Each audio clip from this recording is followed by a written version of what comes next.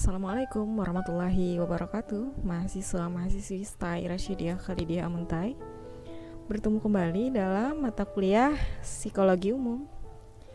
Nah, hari ini tema kita adalah kematangan, usia pertumbuhan, dan perkembangan.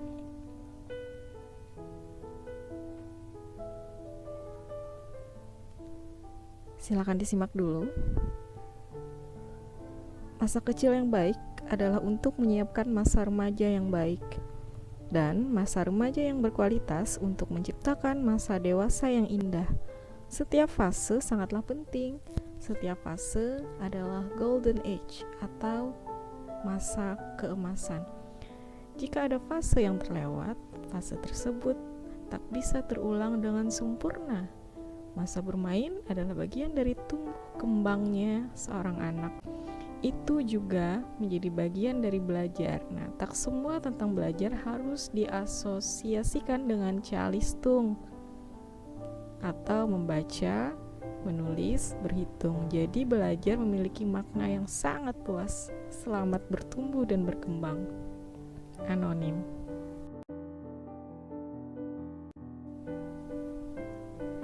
Oke, kita kenali dulu apa sih perbedaan antara pertumbuhan dan perkembangan atau tumbuh dan berkembang. Nah, kita lihat definisinya dulu. Jadi pertumbuhan adalah proses perubahan fisik yang terjadi pada individu, meliputi penambahan berat badan atau tinggi badan sejalan dengan usianya, mulai dari janin, melalui proses prenatal atau pranatal sebelum lahir, dalam kandungan, dan postnatal atau setelah lahir hingga kedewasaannya. Di sini bisa dilihat ada penambahan tinggi badan dan juga penambahan berat badan. Berarti ini masuk kepada kategori pertumbuhan. Nah, secara definisi, perkembangan itu adalah perubahan pada aspek fisik maupun psikis secara perilaku berupa kemampuan yang berlangsung secara sistematik, berurutan, progresif, dan berkesinambungan yang mana bersifat tetap dan tidak dapat diputar atau diulang kembali, meliputi emosi, sosial, kemampuan, dan keterampilan. Nah, di sini ada contohnya. Merangkak, yang awalnya anak itu merangkak kemudian dia bisa berjalan, itu artinya perkembangan. Nah, kemudian tadi kan ada pertumbuhan, kemudian ada juga perkembangan, dan di sini kita juga harus mengenal dalam psikologi itu ada istilah kematangan. Kematangan adalah suatu fase yang merupakan titik puncak pertumbuhan atau perkembangan di mana aspek-aspek jasmani maupun mental berfungsi sebagaimana mestinya, serta proses pertumbuhan organ-organ pada makhluk hidup yang telah mencapai kesanggupan untuk menjalankan fungsinya masing-masing. Artinya kematangan itu dipengaruhi oleh pertumbuhan dan perkembangan, akhirnya terciptalah sebuah kematangan. Jadi anak secara fisik misalnya tumbuh kakinya dengan baik, kemudian fisiknya juga tumbuh dengan baik, dan dia juga mengalami perkembangan dari yang awalnya merangkak, kemudian bisa berdiri, dan akhirnya dia matang untuk bisa berjalan. Kemudian karena dia matang untuk bisa berjalan, akhirnya dia pun akan memiliki kematangan untuk bisa berlari dan sebagainya. Hal-hal yang seperti itu namanya kematangan. Kematangan itu adalah kolaborasi antara kesiapan fisik dan juga perkembangan. Akhirnya timbullah sebuah kematangan. Nah, tadi kita sudah membahas kita sudah membahas pertumbuhan dan perkembangan anak. Sekarang kita lanjut kepada apa sih faktor yang mempengaruhi pertumbuhan dan perkembangan anak. Nah, jadi dalam teori itu ada dua. Ada faktor keturunan atau genetik. Nah, terutama ini dari orang tua ya, dari ayah dan ibu, dari kakek dan nenek. Misalnya ayahnya rambutnya berwarna hitam. Nah, pertumbuhan fisik anaknya kemungkinan juga rambutnya akan berwarna hitam. Kalau matanya biru misalnya, anaknya juga kemungkinan matanya juga biru dan sebagainya. Begitupun dengan ibu-ibu juga mempengaruhi. Kemudian kakek dan nenek juga. Kalau misalnya fisiknya kulitnya berwarna putih, ibunya juga berkulit putih. Nah, anaknya juga kemungkinan terbesarnya juga memiliki kulit putih. Nah, itu tadi dari faktor keturunan atau genetik ya. Kemudian dari segi lingkungan, dia juga berpengaruh terhadap pertumbuhan dan perkembangan anak. Nutrisi dan gizi yang baik mempengaruhi fisik dan perkembangan anak. Nah, makanya harus dijaga nutrisi dan gizi itu. Kemudian paparan toksin atau zat kimia atau juga radiasi, adanya infeksi ketika janin, bahkan ketika masih di dalam kandungan juga itu mempengaruhi pertumbuhan dan perkembangan anak. Makanya ibu hamil misalnya dilarang untuk menggunakan kosmetik, karena kosmetik akan bisa mengakibatkan anak menjadi autis, atau ibunya tidak bisa menjaga makanan dengan baik juga bisa mengakibatkan autisme pada anak. Begitu ya.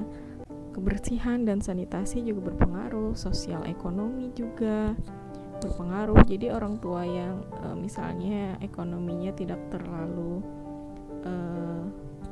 stabil, akhirnya dia tidak bisa membeli ikan. Nah, ikan juga ketika dalam kandungan berpengaruh untuk kecerdasan otak si janin atau si calon bayi tadi. Kemudian obat-obatan. Nah, ibu hamil juga dilarang minum obat-obatan ketika dalam kandungan, obat-obatan yang tidak dianjurkan dokter ya. Kemudian lingkungan pengasuhan, ketika anak-anak juga berpengaruh, kualitas pengasuhan juga, pertumbuhan dan stimulasi rangsangan yang ada di lingkungan juga berpengaruh. Begitupun teman sebaya dan sekolah. Nah, ini lingkungan bisa kalian lihat, ada banyak sekali faktornya. Jadi intinya pertumbuhan dan perkembangan itu dipengaruhi oleh keturunan iya juga, dan lingkungan apalagi. Oke, jadi simpulan sementara bahwa pertumbuhan itu sifatnya kuantitatif atau bisa diukur, karena tinggi badan, berat badan bisa terlihat dengan jelas. Kemudian kalau perkembangan itu sifatnya kualitatif atau tidak bisa terlihat secara langsung, seperti yang asalnya tidak bisa menjadi bisa.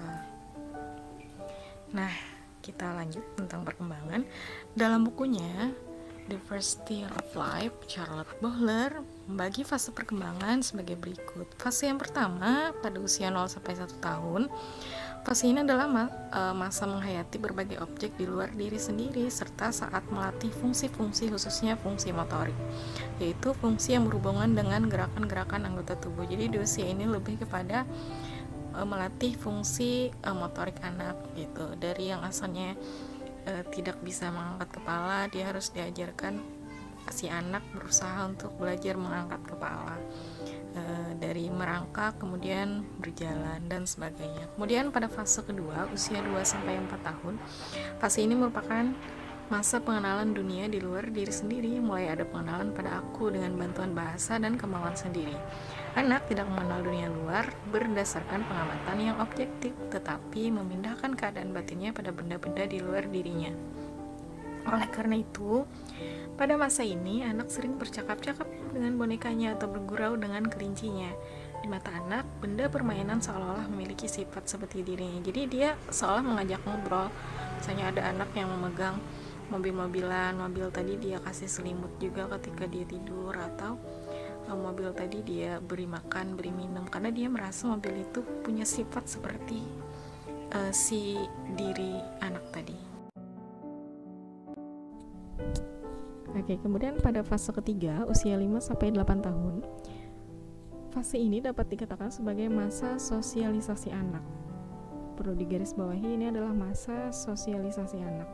Pada masa ini anak mulai memasuki masyarakat luas, misalnya dengan masuk ke taman kanak-kanak. Jadi di usia ini anak memang seharusnya sekolah. Jadi kalau dia di rumah kurang bagus untuk sosialisasi mereka. Jadi dalam dunia psikologi itu memang tidak terlalu ini ya istilah homeschooling itu, karena secara sosialisasi agak terhambat. Nah, pada masa ini adalah pergaulan dengan teman sepermainan dan sekolah dasar. Anak mulai mengenal dunia sekitar dan ia mulai mengenal arti prestasi. Anak mulai mengenal arti bersaing, peringkat dan sebagainya, pekerjaan dan tugas-tugas kewajiban. Oh, ini ada tugas, kemudian harus diselesaikan dan harus diserahkan kepada guru. Misalnya di sinilah mereka belajar tentang makna tugas, kewajiban dan tanggung jawab. Jadi yang penting diperhatikan pada fase ini adalah berlangsungnya proses sosialisasi. Jadi biarkan mereka berteman, jangan sampai mereka gagap bersosialisasi di usia ini. Nah, dalam pandangan Agus Lim, sosialisasi adalah proses yang dialami seseorang untuk memperoleh pengetahuan, keterampilan, nilai-nilai, dan norma-norma agar ia dapat berpartisipasi sebagai anggota dalam masyarakatnya. Itulah pentingnya arti sosialisasi. Kemudian pada fase keempat, usia 9-11 tahun, fase ini adalah masa sekolah dasar. Jadi pada periode ini anak belajar betul arti sosialisasi. Ini lanjutan dari fase yang sebelumnya tadi, tapi lebih mendalam ya. Nah, dapat pula disebut sebagai masa menyelidik, mencoba, dan distimulasi oleh dorongan-dorongan menyelidik dan rasa ingin tahu yang besar. Pada akhir fase keempat ini, anak mulai menemukan diri sendiri, yaitu secara tidak sadar, mulai berpikir tentang diri pribadi. Pada waktu ini, anak sering mengasingkan diri. Jadi pada akhir fase ini, anak mulai mengasingkan diri. Dia mulai menanyakan tentang dirinya pribadi. Dia suka apa yang dia inginkan. Dia mulai mengasingkan diri dari teman-temannya, biasanya begitu. Nah, kenapa jadi mulai mengasingkan? Karena pada masa ini dia akan memasuki fase kelima, yaitu masa remaja awal. Kita lihat pada fase kelima, usia 12-18 tahun. Jadi usia 12-18 tahun sering juga disebut dengan usia remaja, yaitu peralihan dari anak-anak menuju dewasa. Remaja yaitu di mana sangat jelas terlihat perubahan fisik maupun psikis yang terjadi pada seseorang. Seorang remaja akan cenderung menemukan hal baru yang membuat mereka merasa kebingungan atau bimbang dalam bertindak atau bertingkah laku. Akhirnya pada masa ini disebut dengan usia coba-coba. Jadi harus dikontrol betul lingkungan tempat si anak ini bergaul. Jika salah pergaulan, maka dia juga akan salah jalan. Jadi harus lingkungan yang baik sangat menentukan usia remaja. Nah, kebiasaan yang mereka lakukan sewaktu anak-anak perlahan-lahan akan ditinggalkan, dan kebiasaan-kebiasaan baru perlahan-lahan juga akan mereka lakukan. Ini juga penting ya, masa remaja. Oke, FYI for your information, sebagai informasi. Nah, tadi ada pertumbuhan, perkembangan, dan juga kematangan. Mudah-mudahan masih ingat. Jadi, terdapat konsensus atau kesepakatan bahwa yang dimaksud dengan perkembangan adalah perubahan. Namun, tidak semua perubahan adalah perkembangan. Nanti kalian harus jeli ya.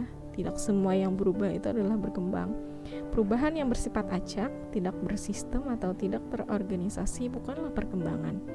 Jadi perubahan yang terjadi dalam perkembangan adalah perubahan yang teratur, bersistem atau terorganisasi. Jadi jika ada perubahan tapi tidak membawa manfaat, itu sebenarnya bukan perkembangan, atau perubahan yang sifatnya negatif juga tidak disebut perkembangan dalam dunia psikologi. Selanjutnya, nah dari beberapa tahap pertumbuhan dan perkembangan akan menghasilkan suatu kematangan, baik itu kematangan jasmani maupun kematangan mental.